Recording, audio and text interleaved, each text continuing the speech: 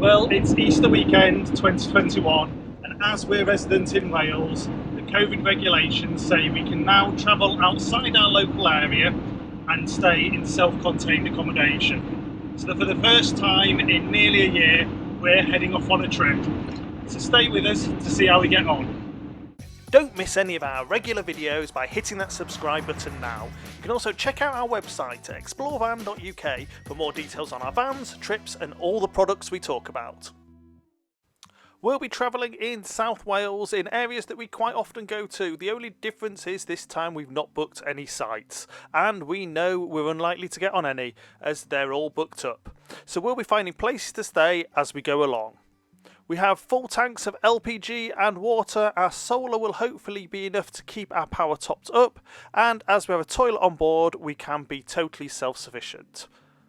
Not going to be sharing the actual locations we end up staying, as I don't think it's fair to locals if we publicise places too much and they end up overloaded, but I thought it would be interesting to share how easy or hard it is to find spots and how much power, gas and water we get through. So let's see how we get on. So from leaving home we wanted to go to the beach, so we headed to a South Wales nature reserve which we knew had big car parks and had a look in there.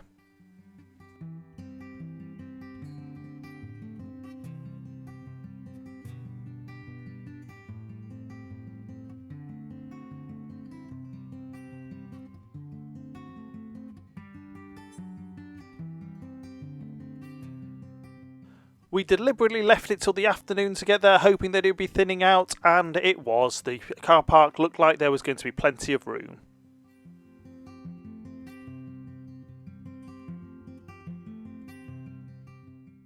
Unfortunately, the car park did have no overnight parking or no camping, but we were kind of prepared for that. It was about half a mile walk through the sand dunes of the nature reserve to get to what we found was a near deserted beach.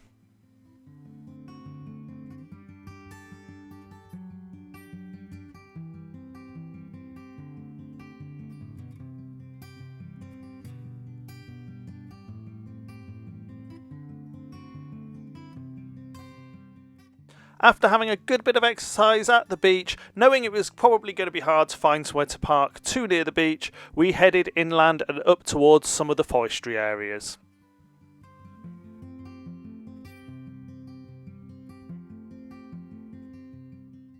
After spending some time at the beach, we've come to one of the forest car parks in Wales. This one does overnight parking. It's currently set to free, probably because of the coronavirus, but normally it would be £5 per night. Tomorrow it will turn into a bit of a mountain bikers car park, but we'll spend the day here and head out with the dog and have a wander in the forest. But for tonight it looks like we're going to be on our own, but we'll have a good night, I'm sure, and we'll speak to you tomorrow.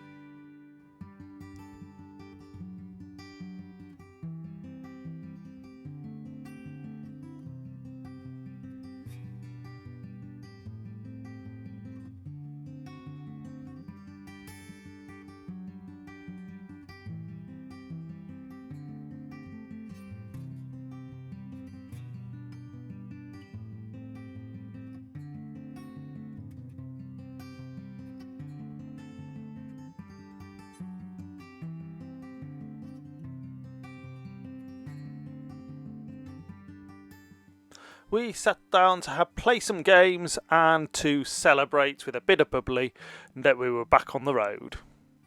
After a great night's sleep in the morning, as expected, the car park filled up with mountain bikers and walkers, but we were also able to find out that the reason we couldn't pay the night before was because we needed to pay up at the visitor centre. So after popping off up there and paying, we headed out for a walk in the beautiful forestry area, having met some of our local friends.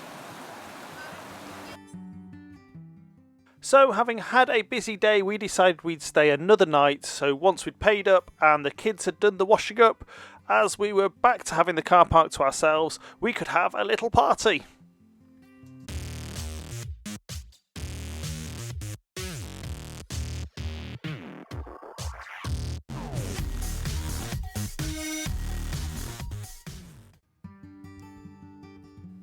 After another non-problematic night, we hit the road heading towards the Brecon Beacons National Park, where we found plenty of roadside car parks and not a height restriction in sight.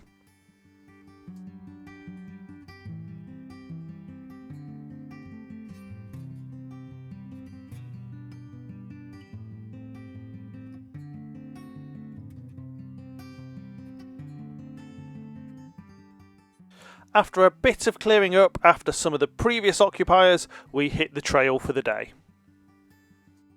To avoid the crowds that we would expect to be at the main parts of the Brecon Beacons, like Campervan and the Horseshoe, we've headed over towards the Black Mountain area, so still just inside the Brecon Beacons National Park. And as you can see, we managed to walk all day and not see another person while we've been out, which for us is perfect.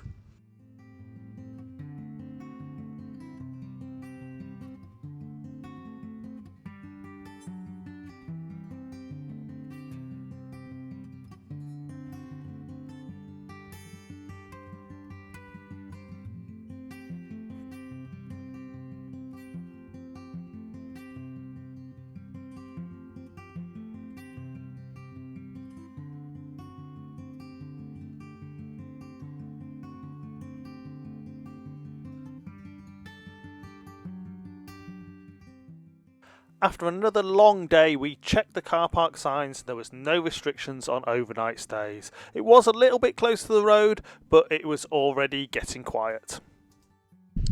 So this is our spot for tonight. We're just in a car park, one of the many on this road running through the Black Mountains. You can see actual Black Mountain behind us, and we're hopefully in for a peaceful night, but we'll let you know in the morning.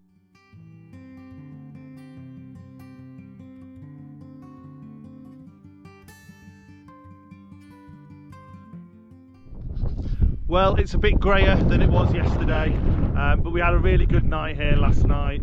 The wind did get up, the road noise died off about 9 o'clock, and we only just had the odd car. Oh, looks like we're getting a bit of snow here now. Yeah, it was a really great spot. Definitely be coming back here again. There's plenty more of them up here in the hills where you can find.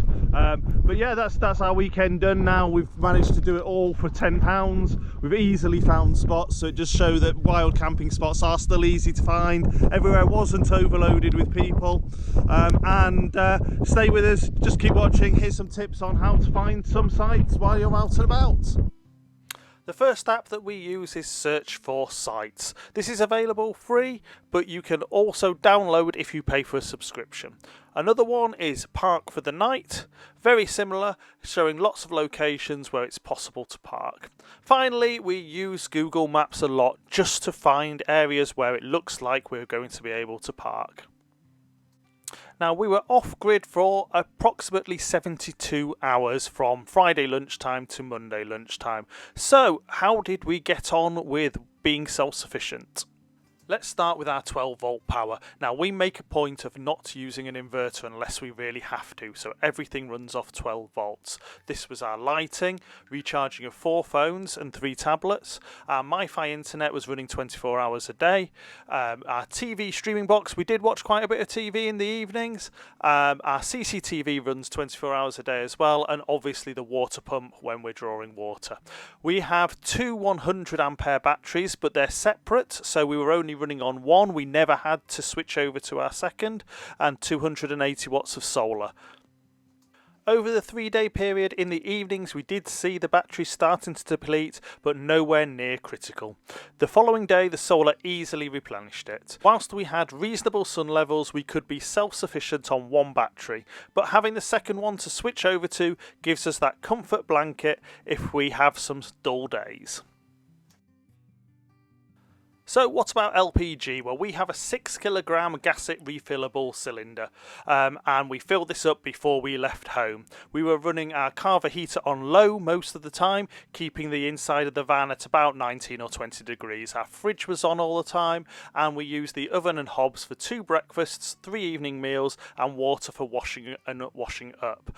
We decided not to use our Carver water heater as we weren't intending to have showers, so just boiled the kettle when we wanted hot water. As you can see, the gas dropped from its normal level full of 83% down to 38% over that 3-day period. Now, refilling it only cost us £3.16, and we could have filled up during the time we were away if we'd needed to. For fresh water, which we were using for cooking, coffee, tea, washing up and washing, we have a 70 litre underslung freshwater tank, and we also carried 10 litres in reserve. When we got home, we saw what was left, and we had used approximately 55 litres. That's for 2 adults and 2 children. And finally, the toilet situation. Well, we use a Thetford C2 cassette toilet, which has a 20 litre waste capacity and 15 litre flush capacity. By the time we got home, the waste was nearly full, and the flush, we'd used approximately half of it. Don't forget to check out our other videos on everything campervan and motorhome related, from solar to water, heating to gadgets, tyres to trips. If you like this video, please do hit the thumbs up. It really does help me to know what you like, and you can ask any questions or give feedback in the comments. If you want to make sure you don't miss any of our future videos, please hit the subscribe button, and clicking the bell will give you a notification when a new video goes live. Finally, if you do decide to hit the thumbs down, it would be great if you could also leave a comment so I know what you didn't like.